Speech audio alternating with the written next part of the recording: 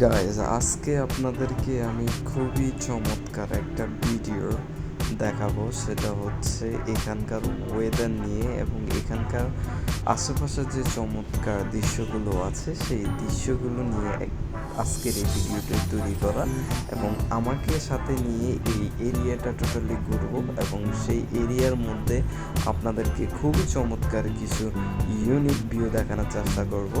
চলুন সেই ভিউগুলো দেখে আসা যাক এবং এবং সেই ভিউগুলো দেখে আপনারাও বলবেন ওয়াও, প্লেসটা কোথায়। সো প্লেসটা হচ্ছে ক্যামেরন হাইল্যান্ডে, এবং ক্যামেরন হাইল্যান্ডের আজকে যে আমার পাবলিক হলিডে, আরেকটা পাবলিক হলিডে আমি স্পেন্ড করতেছি। সেই পাবলিক হলিডে স্পেন্ড করার সময় আমি আমার হোস্টেল যেটা আছে, হোস্টেলের পাশে খুবই অপরূপ সৌন্দর্য দৃশ্য যে লুকিয়েছিল সেটা আমার অজানা ছিল। সেই দৃশ্যগুলো উপভোগ করার জন্য আজকে আমি সেই মিশনে নেমে গিয়েছি।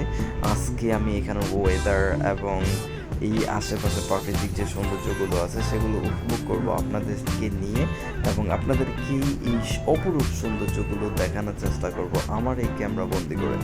এবং আজকে যে আমি এখন পাহাড়ের উপরে আছি, এখান থেকে আমি একটু হাঁটাহাঁটি করে একটু স্টাইলিশভাবে কিছু ভিডিও করার চেষ্টা করছি ক্যামেরার মধ্যে। আমার সাথে একজনে হেল্প করছে, সেটা হচ্ছে রাব্বি।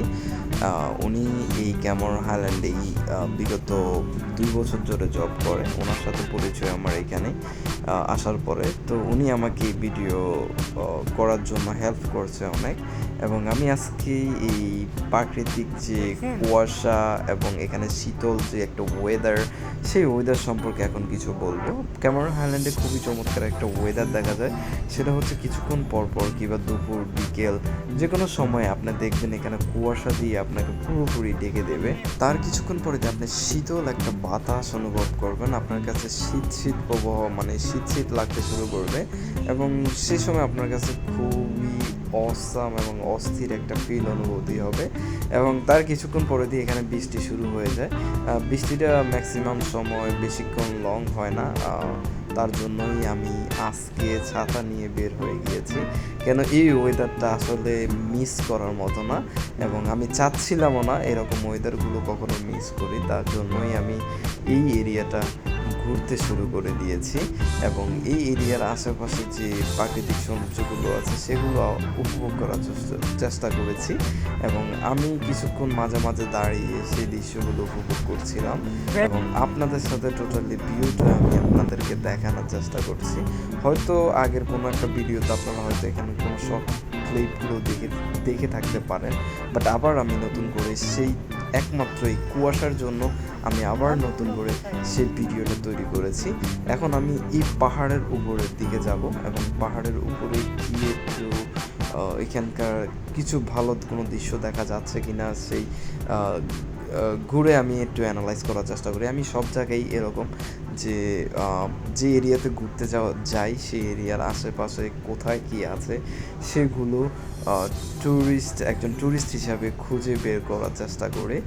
একজন ট্যুরিস্ট এবং একজন ট্রাভেলার হিসাবে আপনার যে এরিয়াতে যাবেন এবং যে এরিয়াতে ঘোরার প্ল্যানিং চলতেছে, অ্যাটলিস্ট ওই এরিয়া সম্পর্কে আপনার নিজেকে প্রস্তুত করতে হবে যে ওই এরিয়াতে গিয়ে আপনি কোথায় কোথায় ট্রাভেল করবেন। আপনি যদি সেই জিনিসটা না করেন তাহলে আমার মতো এরকমভাবে একটু একটু করে খুঁজতে হবে, এবং একটু একটু করে ওদের যে প্রাকৃতিক সৌন্দর্যগুলো আছে সেগুলো উপভোগ করার চেষ্টা করতে হবে। তাহলে আপনি ওই এরিয়ার আসল সৌন্দর্য এবং ট্রাভেলের মূল যে হ্যাপিনেস, যে জিনিসটা ট্রাভেলের জন্য আপনি ওই এরিয়াতে গিয়েছেন সেই জিনিসটা আপনি খুঁজে পাবেন, এবং এরকম অহরহ দৃশ্য আপনি আপনার চোখের সামনে দেখতে পাবেন। সো আমার কথা হচ্ছে, একজন ট্রাভেলার হিসাবে আপনাকে প্রচুর পরিমাণ ট্রাভেল করতে হবে এবং এরকম দৃশ্য খুঁজে বের করতে হবে।